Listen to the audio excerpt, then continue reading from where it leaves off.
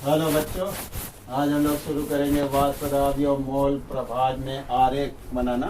कैसे हम लोग वाष्प दाब और मोल प्रभाज में आरेख का फॉर्मेशन करेंगे।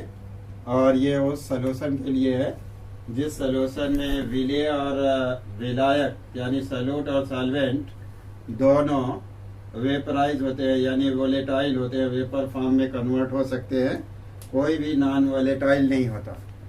तो चलिए हम लोग राउल्ट्स लॉ के अकॉर्डिंग देखते हैं कि विलेय और विलायक का वाष्प दाब हम लोग कैसे निकालते हैं मोल प्रभाज के फॉर्म में। तो हम लोग लिखेंगे P B is equal to होता है P not of B into zeta B के। नेक्स्ट होगा ये विलेय के लिए है, विलेय के लिए फॉर सॉल्यूट। नेक्स्ट सॉल्वेंट के लिए हम लोग कैसे करते हैं, P A is equal to P not of A into zeta A. For विलायक, विलायक के लिए होता है फॉर सॉल्वेंट। अब हम लोग ग्राफ बनाते कैसे हैं, देखते हैं कि दो एक्सिस लेते हैं एक्स और वाई। ये एक्सिस हुआ वाई और दूसरा एक्सिस लेते हैं एक्स। ये एक्स एक्सिस हुआ। एक्स एक्सिस पर हम लोग कंपोनेंट को लेते हैं, ये एक्स एक्सिस है और ये वाई एक्सिस, ये भी वाई एक्सिस है। तो इस पर हम लोग लेंगे कंपोनेंट, कंपोनेंट को, कंपोनेंट का मतलब विलयन के घटक को लेंगे। और इस पर लेते हैं वेपर प्रेशर को, वीपी को, वेपर प्रेशर को। सपोज करिए इस पॉइंट पर जहां पर दोनों एक्सिस एक दूसरे को इंटरसेक्ट करते हैं, उस पॉइंट पर सपोज कर लीजिए कि ये विलेय प्रेजेंट है। विलेय का मतलब यक्स बी प्रेजेंट है, ये मोल प्रभाज है। ये मोल प्रभाज यानी मोल फ्रैक्शन सपोज करिए यहाँ 1 हो।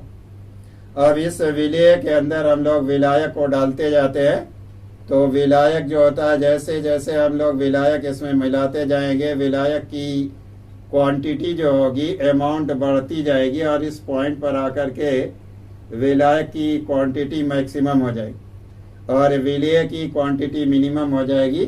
तो यहाँ पर जीटा और ए, जीटा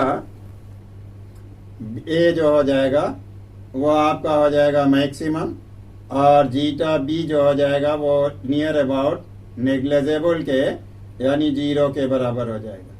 यहाँ पर सॉल्यूट था यानी विलेय था और सॉल्वेंट कम था, इसलिए यहाँ जीटा बी जो होगा वो zeta A is equal to जो होगा वो 0 होगा। अब हम लोग इससे वैल्यू फाइंड आउट करते हैं, पीबी की वैल्यू फाइंड आउट करते हैं।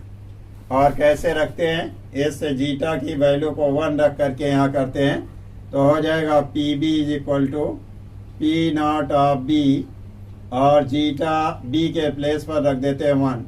यह हो गया P B is equal to हो गया पी नॉट बी के। यहाँ पर देखेंगे एक्स ए की वैल्यू यानी जीटा ए की वैल्यू जो है वो 0 है क्योंकि सॉल्वेंट नहीं है। तो ऐसी कंडीशन में यहाँ पर पी ए जो होगा वो 0 हो जाएगा। क्यों? क्योंकि P A is equal to P not of A into zeta A के प्लेस पर हम वैल्यू रख देंगे किसकी, इस 0 वैल्यू को रख देंगे। जब 0 वैल्यू हुई तो यहाँ पर P A is equal to हो जाएगा 0। इसलिए इस पर हम लोग वेपर प्रेशर को जब लेंगे तो जो सॉल्वेंट होगा, सॉल्वेंट की वजह से इस पर वेपर प्रेशर 0 होगा। तो ये 0 वेपर प्रेशर को शो करेगा। लेकिन वेपर प्रेशर जो सॉल्यूट का होगा वो किसके इक्वल होगा, पी बी इक्वल होगा P B not of B के होगा, यानी मैक्सिमम होगा। प्योर सॉल्यूट के वेपर प्रेशर के बराबर होगा। वो सपोज कर लेते हैं वो यहाँ होगा। इसको हम लोग कर देंगे पी नॉट ऑफ बी। अब इसको करते क्या है, इसको इस पॉइंट से मिलाते हैं, इस पॉइंट से। इससे क्या होगा, जैसे जैसे हम लोग इस एक्सिस की तरफ आगे बढ़ते जाएंगे इसकी वैल्यू बढ़ती जाएगी। क्योंकि जीटा बी की वैल्यू यहाँ 0 हो गई है, लेकिन जैसे जैसे हम बैक साइड में आएंगे जीटा बी की वैल्यू इंक्रीज करेगी और जीटा ए की वैल्यू जो होगी वो डिक्रीज करती जाएगी। इसलिए ये ग्राफ बताएगा कि इस साइड में, बैक साइड में आने पर जीटा बी की वैल्यू इंक्रीज होने पर जब जीटा बी का मान 1 हो जाता है तो ऐसी कंडीशन में सॉल्यूट का वेपर प्रेशर जो होता है उसके प्योर कंडीशन के वेपर प्रेशर के बराबर होता है। इसी तरीके से यहाँ इसका जीटा ए की वैल्यू को जब फाइंड करेंगे तो हो जाएगा P A is equal to P not of A into zeta A के प्लेस पर हम यहाँ से वैल्यू रख देते हैं zeta A is equal to 1 के, तो इसको 1 रख देते हैं। ये वैल्यू हो गई P A is equal to P not of A हो गई। ऐसी कंडीशन में यहाँ जीटा बी की वैल्यू जब फाइंड आउट करेंगे तो जीटा बी की वैल्यू जब रखेंगे तो P B is equal to जो हो जाएगा वो 0 हो जाएगा। क्यों 0 हो जाएगा? क्योंकि यहाँ पर जो विलेय होगा, इस पॉइंट पर विलेय यानी सॉल्यूट का क्वांटिटी जो होगी लेस होगी। लेस होने की वजह से इतनी लेस होगी कि उसका मोल फ्रैक्शन 0 के इक्विवेलेंट हो जाएगा। इसलिए हम लोग लिखेंगे P B is equal to हो जाएगा P not B into zeta B के प्लेस पर रख देंगे हम लोग वैल्यू 0, इसलिए P B is equal to हो जाएगा 0 के। क्यों 0 उस कंडीशन में होगा जब ये सॉलिड स्टेट में हो या इसका मोल फ्रैक्शन 0 हो, कोई भी ना हो, यानी बहुत लिमिटेड हो, नेग्लिजिबल हो। ऐसी कंडीशन में यहाँ पर देखेंगे पीबी की वैल्यू जो हो जाएगी वो 0 हो जाएगी। विलेय पदार्थ का जो वाष्प दाब होगा वहाँ यहाँ पर 0 होगा, लेकिन विलेयक का वाष्प दाब जो होगा वो मैक्सिमम होगा। मैक्सिमम का मतलब प्योर कंडीशन के बराबर होगा। तो इसको हम लोग जब देखेंगे तो यहाँ पर एक पॉइंट आएगा, इस पॉइंट को हम लोग ऐसे बना देंगे और इसे लिखेंगे पी नॉट ऑफ ए कर देंगे।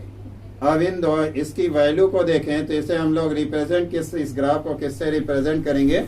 हम लोग लिखेंगे P B is equal to कर देंगे P not of B into zeta B के, और इसको जब मिलाएंगे हम लोग इस तरीके से इस पॉइंट से, तो ये रिप्रेजेंट करेगा कि जैसे इधर से आगे की तरफ हम लोग बढ़ेंगे राइट साइड में तो देखेंगे सॉल्वेंट की क्वांटिटी इंक्रीज करती जाएगी और सॉल्यूट की क्वांटिटी डिक्रीज करती जाएगी, जिससे ये ग्राफ जो होगा उसका वेपर प्रेशर जो होगा इंक्रीज करता चला जाएगा।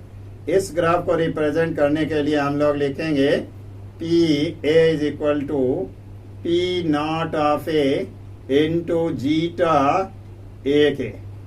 अब इन दोनों पॉइंटों को जब हम लोग एक दूसरे से डॉट डॉट से मिला देंगे तो ये रिजल्टेंट हो जाएगा।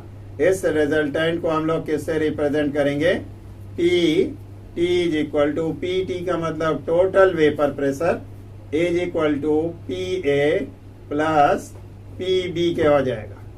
ये सॉल्यूट और सॉल्वेंट के पार्शियल वेपर प्रेशर के सम के बराबर होगा, यानी it is equal to the sum of the partial vapour pressure of solute and solvent. तो ये ग्राफ हो गया किसके बीच? वाष्प दाब और मोल प्रभाव में ये आरेख हुआ।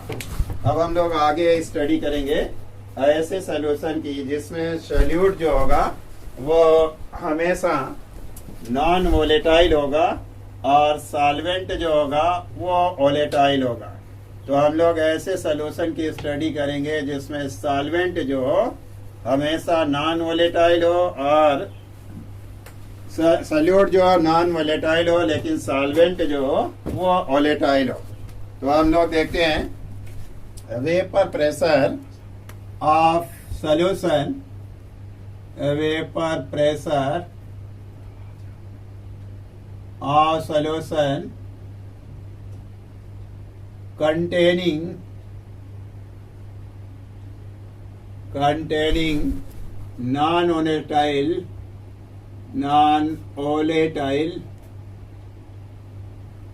सॉल्यूट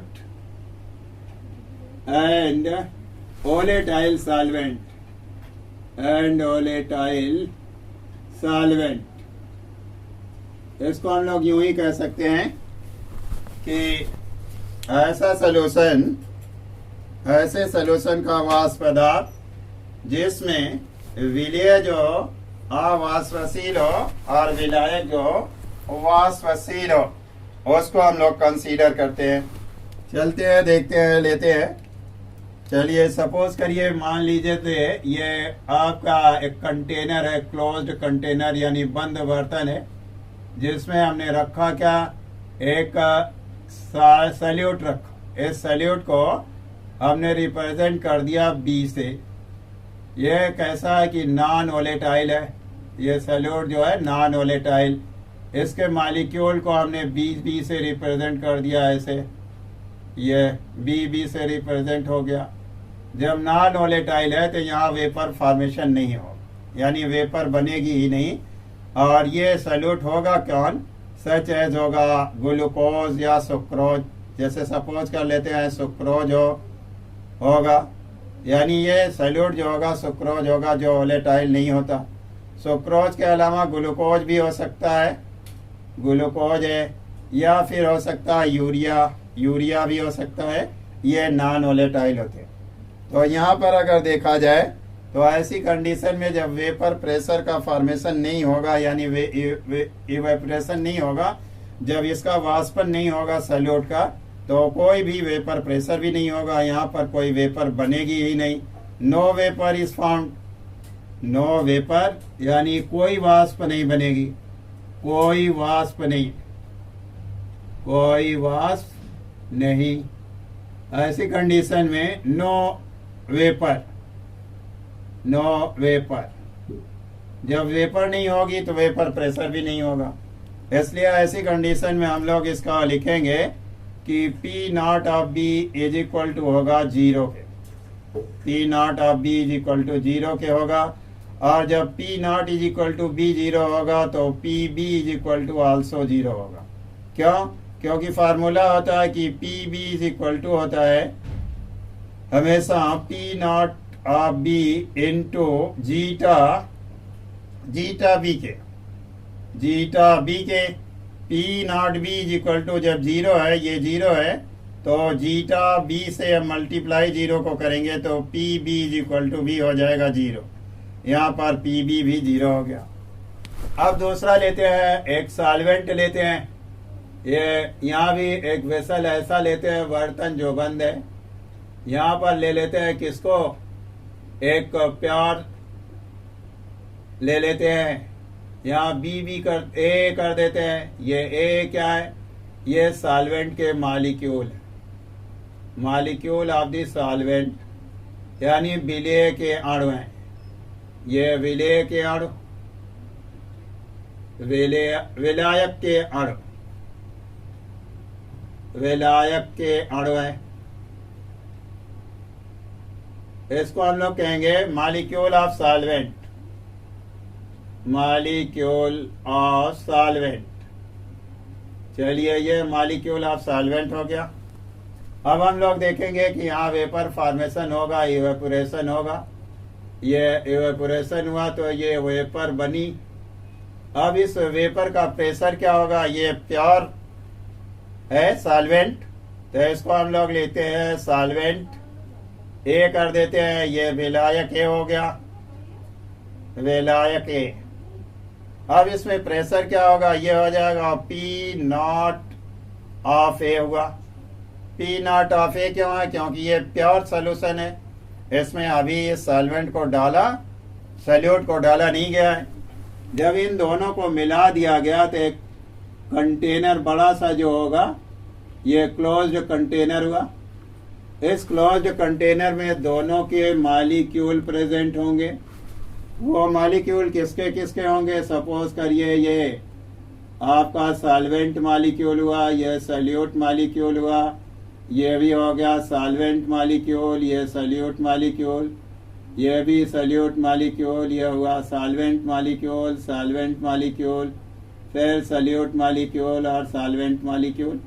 इस तरीके से इसमें दोनों के मालिक्यूल प्रेजेंट होंगे, सॉल्वेंट और सैल्यूट दोनों के। तो ये हो गया सॉल्वेंट का सैल्यूट का मालिक्यूल, सैल्यूट मालिक्यूल, और ये आपका हो जाएगा solvent molecule, solvent molecule, molecule. अब यहाँ हम लोग देखते हैं कि ये मॉलिक्यूल जो होगा ये वेपराइज नहीं होगा, नॉन वोलेटाइल है, नॉन वोलेटाइल, वोलेटाइल है ये। और ये क्या है? वोलेटाइल है, वोलेटाइल। तो यहाँ जो वेपर बनेगी, ये वेपर किसकी बनेगी? सिर्फ सॉल्वेंट की ही वेपर बनेगी, सॉल्यूट की वेपर नहीं बनेगी। लेकिन सरफेस पर दोनों मॉलिक्यूल हैं, सॉल्वेंट और सॉल्यूट दोनों के मॉलिक्यूल हैं। दोनों के मॉलिक्यूल होने की वजह से ये मॉलिक्यूल वेपराइज नहीं हो रहे हैं, बी मॉलिक्यूल वेपराइज नहीं हो रहा है। इसलिए सरफेस पर जब दोनों मॉलिक्यूल होंगे तो वही मॉलिक्यूल वेपराइज होगा जो वोलेटाइल है, यानी सॉल्वेंट के मॉलिक्यूल वेपराइज होंगे। इसकी वजह से यहाँ पर जो वेपर बनेगी इस प्योर कंडीशन से कम वेपर बनेगी। जब कम वेपर बनेगी तो इस वेपर को हम लोग रिप्रेजेंट कैसे करेंगे? कह देंगे PA करेंगे, PA से रिप्रेजेंट कर देंगे। इसका मतलब इसका जो सॉल्यूट को मिलाने पर सॉल्वेंट का जो होगा वेपर प्रेशर डिक्रीज करेगा। तो हम लोग लिखते हैं कि the non volatile solute, non volatile, volatile solute, solute decreases the vapor pressure, vapor pressure of the solvent in the solution condition, in the solution condition, solution condition। इसका मतलब हुआ कि जब किसी भी अवाष्पशील विलेय को किसी सॉल्वेंट में डाला जाता है तो उससे जो सॉल्यूशन बनता है उस सॉल्यूशन का वेपर प्रेशर जो होता है वो डिक्रीज कर देता है, वेपर प्रेशर को डिक्रीज कर देता है। Non volatile solute decreases the vapour pressure of the solution solvent in the solution condition. Solution condition में सॉल्वेंट के वेपर प्रेशर को डिक्रीज कर देता है।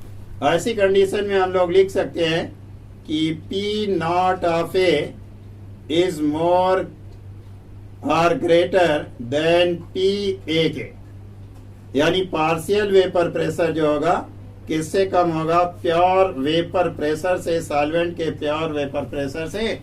ऐसी कंडीशन में ये क्या होगा? लेस होगा, मैक्सिमम नहीं होगा। अब इससे हम लोग एक फार्मूला डेराइव करेंगे या इससे राउल्ट का एक नया नियम आएगा। वो क्या आएगा देखिएगा। अकॉर्डिंग टू राउल्ट लॉ, अब देखिए यहाँ राउल्ट लॉ क्या बन जाएगा? Raoult law,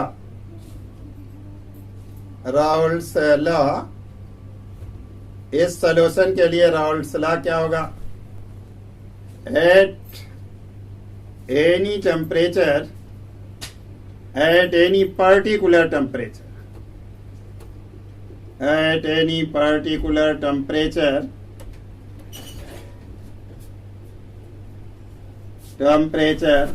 the vapor pressure of the vapor VP of, VP मतलब vapor pressure of solution containing non-volatile, non-volatile, volatile solute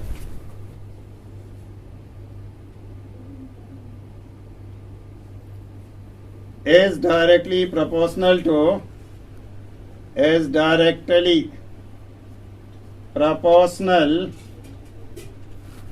is directly proportional to mole fraction, mole fraction of solvent present in the solution, present in the solution, अब इससे एक formula बन गया, एक rule बन गया Raoult's का दूसरा, कि किसी भी पर्टिकुलर टेम्परेचर पर जो सोल्यूशन का वेपर प्रेशर होगा, ऐसा सोल्यूशन कंटेनिंग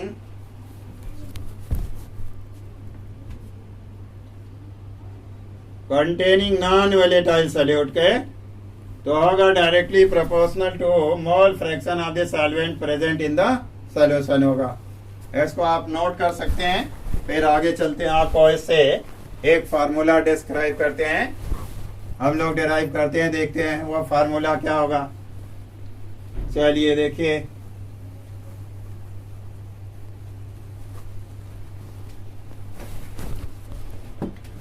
हाँ सपोज करिए, ये मान लीजिए कि फार्मूला राउल्ट्स लॉ के अकॉर्डिंग सॉल्वेंट का प्रेशर क्या होगा, P A is equal to हो जाएगा P not of A into zeta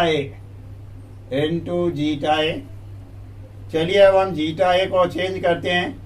किसी भी विलियन में यानी सोल्यूशन में zeta A plus zeta B is equal to होता है 1 के।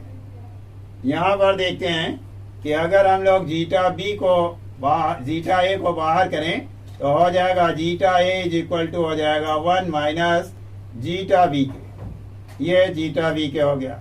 अब हम लोग क्या करते हैं, इस वैल्यू को, जीटा ए की वैल्यू को यहाँ पुट कर देते हैं। यहाँ पर पुटिंग द वैल्यू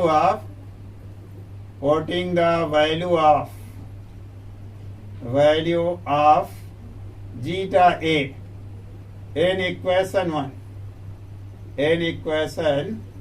1 तो देखेंगे ये क्या हो जाएगा, P A is equal to हो जाएगा यहाँ पर पी नॉट ए और हो जाएगा 1 माइनस, यहाँ लिखेंगे जीटा बी के। ये जीटा बी हो गया। अब हम लोग करते क्या है, इसको इस पी ए को डिवाइड कर देते हैं पी नॉट ऑफ ए से। हो जाएगा पी ए अपान हो जाएगा P not of A is equal to हो जाएगा 1 माइनस जीटा बी के। अब हम लोग 1 को ट्रांसफर कर देते हैं, या जीटा बी को इधर ले लेते हैं और इसको उधर कर देते हैं, यानी ट्रांसपोज करते हैं जीटा बी को प्लस करने के लिए। चलिए जीटा बी को जब प्लस करेंगे तो होगा क्या, देखते हैं। यहाँ पर जीटा बी को प्लस करते हैं तो इसे ट्रांसपोज राइट साइड में कर लेंगे तो हो जाएगा zeta B is equal to होगा 1 minus P A upon P not of A हो जाएगा। अब हम लोग इसे मल्टीप्लाई भी कर सकते हैं। जब मल्टीप्लाई करेंगे इसमें पी नॉट ए से तो ये हो जाएगा zeta B is equal to हो जाएगा पी 0 और ए माइनस हो जाएगा पी ए अपान हो जाएगा P not of A. Raoult's law पर एक न्यूमेरिकल और सॉल्व करते हैं और उसमें देखते हैं कि किस तरीके से हम लोग total vapour pressure of solution find out करते हैं। वो क्वेश्चन थोड़ा सा पिछले क्वेश्चन से डिफर है। जैसे देखते हैं कि एक सॉल्यूशन है जिसमें 2 सब्सटेंस ए और बी प्रेजेंट है और अलग अलग मोल्स में प्रेजेंट है। एक बार कह रहा है कि ए और बी पे ए का मोल 2 मोल है, बी का 1 मोल है। उस वक्त सॉल्यूशन का टोटल प्रेशर जो है 400 mmHg है। फिर दूसरा सॉल्यूशन इसी पर चेंज किया जा रहा है कि जब ए के 1 मोल हो और बी का 2 मोल हो, उस वक्त पीटी जो हो total pressure of the solution जो हो वो 200 mmHg हो। तो कह रहा है कि find out the original pressure of a substance. Original pressure मतलब P not of A and original vapour pressure of component B यानी P not of B of the substances. इन सब्सटेंसों के पी ए का वास्तविक हम लोगों को वेपर प्रेशर निकालना है और पी बी का भी वास्तविक वेपर प्रेशर निकालना है कि इनके अलग अलग प्योर कंडीशन में इनके वेपर प्रेशर क्या होंगे। तो चलिए हम लोग कैसे फाइंड आउट करते हैं। पहले इसका हम लोग मोल फ्रैक्शन निकालते हैं। मोल फ्रैक्शन ऑफ करते हैं ए, यानी zeta A is equal to mole of A upon mole of A plus mole of B plus mole of B. यहाँ पर 2 मोल है तो 2 हो गया, और यहाँ हम लोग ए के 2 मोल और बी का 1 मोल है तो 1/2 हो गया। इसको हम लोग कैलकुलेट कर लेते हैं तो 2/3। इसी तरीके से हम लोग बी का निकालते हैं। मोल फ्रैक्शन जीटा करते हैं और बी इज इक्वल टू है इसका मोल, यानी mole of B upon mole of A plus mole of B, mole of B. इसको हम लोग फाइंड आउट कर लेते हैं तो आएगा, देखो कितना। इसको हम लोग पुट करते हैं तो ये वैल्यू हो गई 2 और ये वैल्यू हो गई हम लोगों के लिए 1 हुई। तो इसको हम लोग कर देंगे 2 + 1 दैट इज इक्वल टू 2/3। ये भी आ जाएगा 2/3।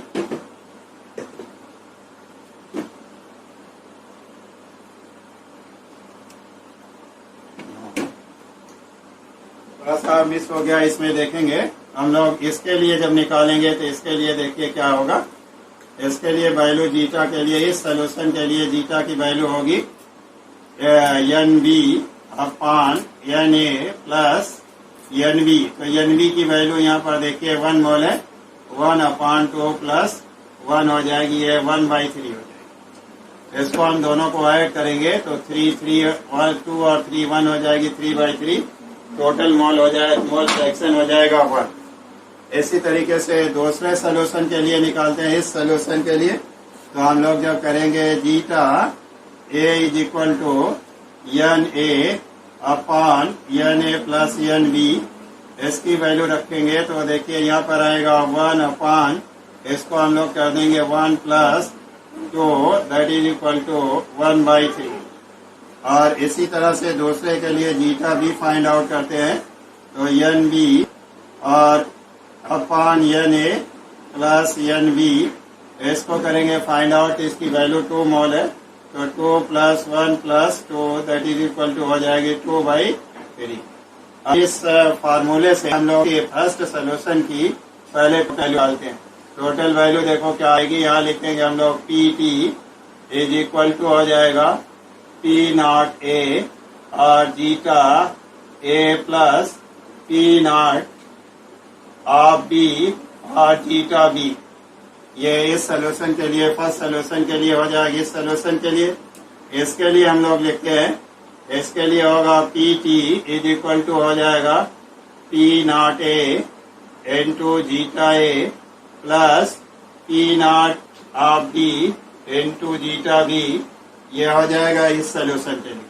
अब इसकी वैल्यू हम लोग P0 की वैल्यू यहाँ से रखते हैं, ये हो जाएगी 400 और ये हम लोगों को P0 ऑफ A वैल्यू नहीं नोन है, जीटा A की वैल्यू नोन है तो ये 2/3 कर देंगे हम लोग 2/3 प्लस करते हैं जी P0 B की वैल्यू भी नहीं मालूम है, P0 ऑफ B इसकी वैल्यू नहीं नोन है, लेकिन जीटा B की वैल्यू नोन है तो जीटा B की वैल्यू रख देंगे 1/3। ये एक आपका बन गया इक्वेशन। ये दूसरा इक्वेशन यहाँ देखते हैं, इससे निकालते हैं इक्वेशन। इसकी वैल्यू PT की वैल्यू दूसरे इक्वेशन से रखेंगे, ये हो जाएगा 200। इसकी वैल्यू हो जाएगी P0 ऑफ A की वैल्यू नहीं नोन है, लेकिन जीटा A की वैल्यू नोन है। जीटा A की वैल्यू यहाँ से रखेंगे हम लोग, इसको कर देंगे 1/3 प्लस हो जाएगा। यहाँ पर है P0 B की वैल्यू भी नहीं नोन है, लेकिन जीटा B की वैल्यू नोन है, ये आ जाएगी 2/3। ये इक्वेशन नंबर 2 हो जाएगा। इन दोनों इक्वेशन को हम लोग करते क्या है, इसे 3 से मल्टीप्लाई कर देते हैं। जब मल्टीप्लाई करेंगे तो ये हो जाएगा 1200 इज इक्वल टू हो जाएगा P0 ऑफ A इंटू 2 और प्लस ये हो जाएगा P0 ऑफ B। ये इक्वेशन हो गया इसी का।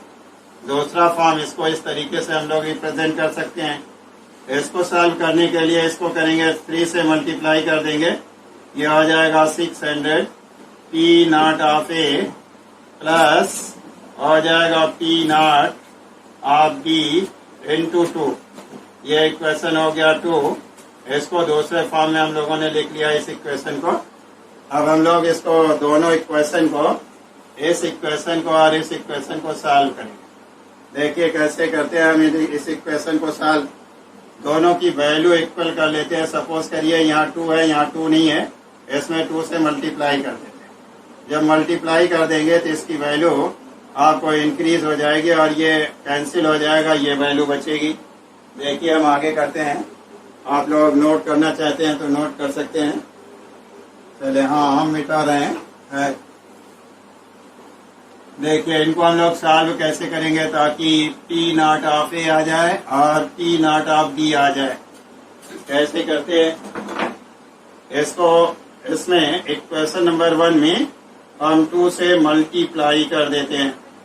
इस इक्वेशन में अगर हम लोग 2 से मल्टीप्लाई कर दें तो ये इक्वल हो जाएगी। चलिए हम 2 से मल्टीप्लाई करते हैं। सपोज करिए इस होल इक्वेशन में after multiplying equation 1 with 2 by 2 से मल्टीप्लाई करने पर ये इक्वेशन 1 हो क्या जाएगा जरा देखिए। इसको हम मल्टीप्लाई करेंगे होल इक्वेशन में, ये हो गया 2400। ये आपका हो जाएगा P not of A into 2 जाइए हो जाएगा आपका 4 और यहाँ प्लस कर देते हैं पी नॉट ऑफ बी और इंटू हो जाएगा 2। ये इक्वेशन बन गया। अब इस इक्वेशन को, इक्वेशन से सेकेंड इक्वेशन को माइनस कर देते हैं, यानी माइनस करने का मतलब इसे सब्सट्रैक्ट कर देते हैं। चलिए हम लोग इसे सब्सट्रैक्ट करते हैं। तो यहाँ लिखते हैं 600 और यहाँ करते हैं पी नॉट ऑफ ए, यहाँ वैल्यू ए ही है और वैल्यू नहीं है। इसको करते हैं प्लस, इसको कर देते हैं पी नॉट ऑफ बी और इसे करते हैं 2। जब हम लोग इसे माइनस करेंगे तो साइन चेंज हो जाएंगे। ये साइन चेंज हो गया, सपोज ये वैल्यू कैंसिल हो गई।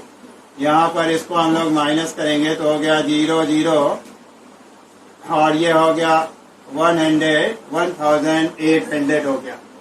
यहाँ पर इसको माइनस करेंगे तो ये आ जाएगा 3 पी नॉट ऑफ ए। इसकी वैल्यू निकाल लेते हैं पी नॉट ऑफ ए की। 3 से इसे डिवाइड कर देते हैं तो ये आ जाएगा आपका 600। इसका मतलब पी नॉट ए की वैल्यू हो जाएगी 600।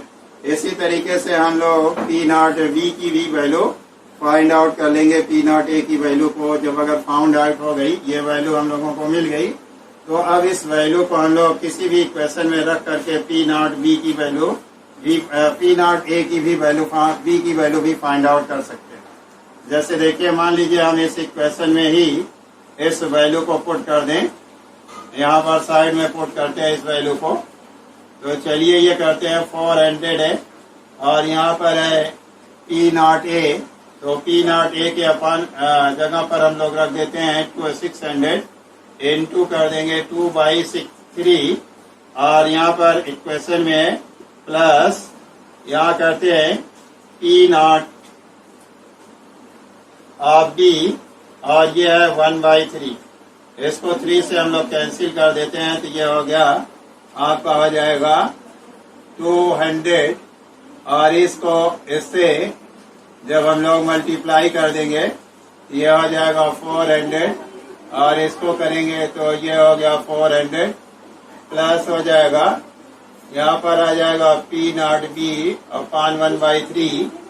अब 1/3 से हम लोग इसको टोटल ऐसे डिवाइड कर, इसे ट्रांसफर कर दे, ट्रांसपोज कर दे तो 400 minus 400 that is equal to हो जाएगा पी नॉट बी 1/3। अब यहाँ पर देखते हैं हम लोग ये दोनों हो जाएंगे 0 और पी नॉट बी अपॉन 1/3 हो जाएगा। 3 से मल्टीप्लाई करेंगे तो पी नॉट बी की वैल्यू आ जाएगी 0। अब इस तरीके से हम लोग इस वैल्यू को रख करके फाइंड आउट कर सकते हैं। यहाँ पर वैल्यू जब रखेंगे तो ये पूरी वैल्यू आपकी आ जाएगी। इक्वेशन को मैच भी कर सकते हैं।